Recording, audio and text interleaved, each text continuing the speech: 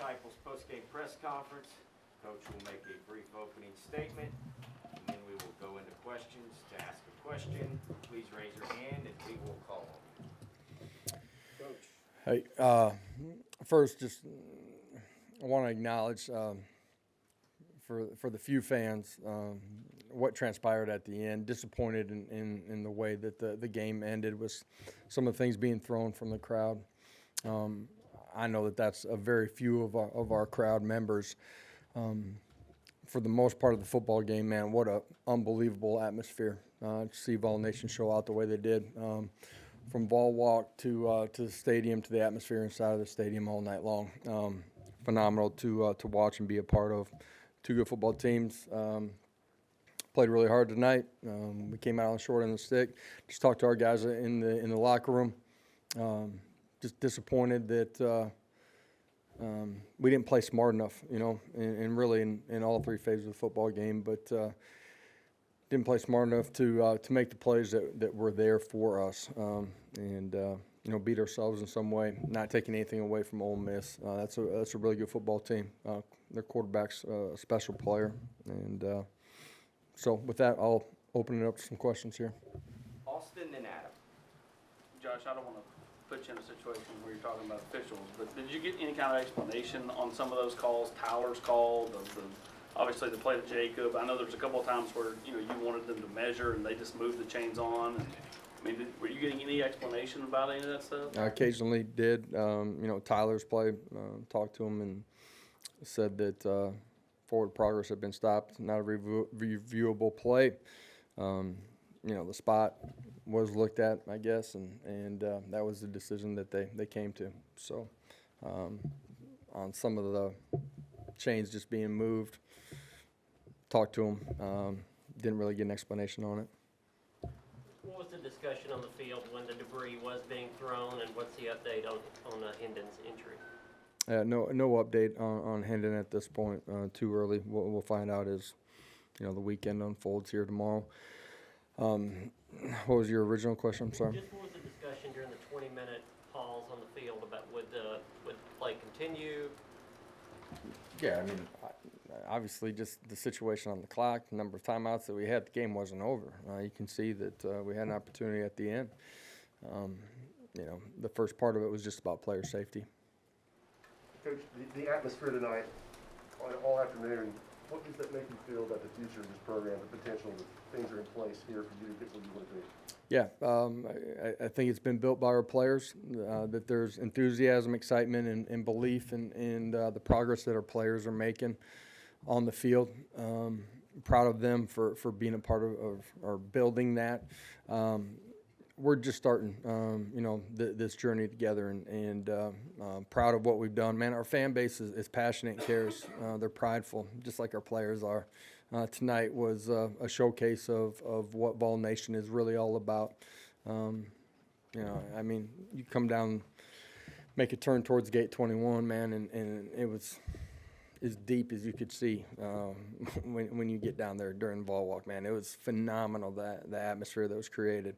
And for, 4.5, 5 hours inside of that stadium, man, it was absolutely electric. Our fans showed out in a great way. It's, I'm going to be honest, man, that's why I wanted to be here, because I believe in the power of the T. I believe in this university, believe in this athletic department, and I believe in this fan base, man. And tonight was a great showcase of that. Josh, this was a 4-hour, 33-minute game, and a lot of it was injury timeouts. Have you ever seen that many number of bodies on the ground? Is there anything that can be done about some of those situations? Yeah, the rules committee looks at that during every off season, so I don't know. I'm the wrong guy to ask about how we change that. Coach, Matt Corral finished with 222 tonight on the ground, had a great night rushing. What does the defense need to do to respond going into a week against another tough quarterback in Bryce Young in Alabama next week? Yeah, there's a lot of things we did really well. We had some breakdowns at times. I thought we made it tough on him for most of the night. some quarterback draw that we gotta be better against. You know, and some third and longs early in the football game, we gotta get off the football field. Eric, then Austin. Yeah, on the quarterback runs for Matt Corral, what were some of the adjustments made throughout the game to try to combat that? Yeah, some of it's twist game, some of it's awareness of it, some of it's based on call and situation. He's a good player, man. He puts you in a dilemma, right? You know what I mean? And some of those things were broken plays too. Seeing what they're running on that side of the football, RPO option, the run's not there, the throw wasn't there, and he broke contain and made a heck of a play. He's a good football player. Josh, when you look at your football team and all the players that are out and missing, guys just keep stepping up, kind of chipping away at it. I mean, defensively, you all give up 7 in the second half. Just what's that say about this group of kids, the buy-in that, literally, you're going to the fourth stringers at times, and they're still able to muster up enough. Yeah, we were probably the thinnest football team in America when we started. We got way more guys injured than you would want. But, man, the fight, the competitive spirit inside of our locker room, the want to play for the guy next to you because you love him and, are willing to do anything. We're growing and developing the right way, man. And, those pillars inside of our program, we keep building upon those. We're going to have a chance to have a really special program here.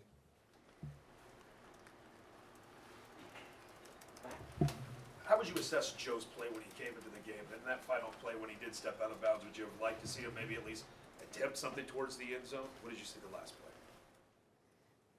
play? Yeah, I think everybody here would say the same thing.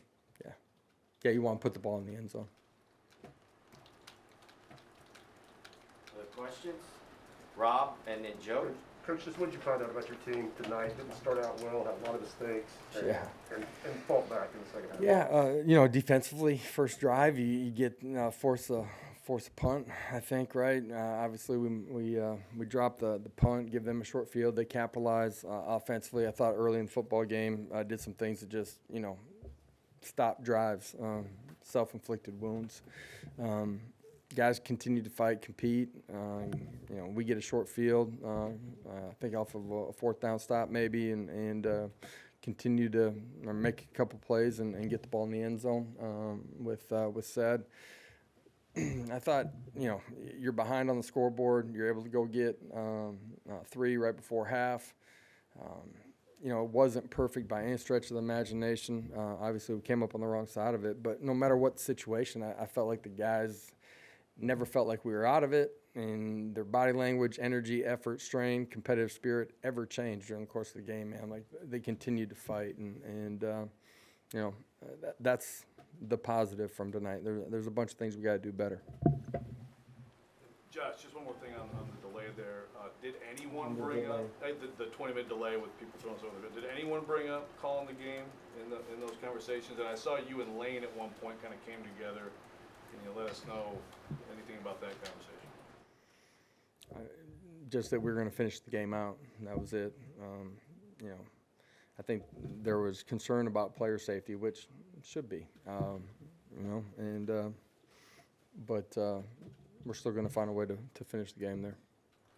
Patrick.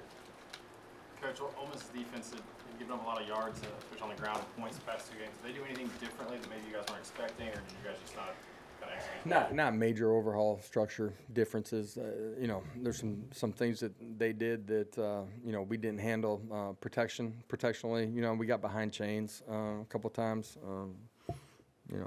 One drive false start, not enough guys on the line of scrimmage. Simple things that you just can't do, and when you're playing a good football team. Coach, what's going through your head as these debris is raining down on the field? I know you touched on it a little bit, but take us into your head as your safety or whatever. What's going through your head? Yeah, player safety is the number one thing you're always worried about, right? But then how you're going to finish the football game, like the situation that's coming up defensively and offensively. I said it at the very beginning. Disappointed that will be a story or the story from this football game. from a small amount of our fans, because there were so many that represented Tennessee in a great way tonight. Patrick?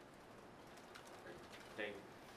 Josh, what was, how do you think y'all adjusted when Cade went out? And obviously that didn't look good. Will he be out a while, do you think? Yeah, I don't know on Cade yet. He was moving around in the locker room tonight. He's, really disappointed. As somebody that's grown up here, he said he's been to a lot of football games here inside of the stadium. He said that's the most energetic and juicy atmosphere he's ever seen, and really disappointed that he only got 3 plays. He'll. I would assume that he's going to be ready to play for the next one. Any other questions for Coach? So, just what are you telling your team coming out of the delay? Ole Miss still has the ball, and there's still a chance to win the game. What are you telling your team? I'm sorry, I must have missed the beginning of your question. At what point in the game are you talking So about? after the delay, just 20 minutes go by. What are you telling your team just to hype them up? Man, like, you're just talking about the situation. Here's an opportunity. Let's go play. Here's what you can anticipate. Here's what's going to be called. Let's go execute. Questions? All right. We'll have players shortly. Guys, appreciate it. Have a great night.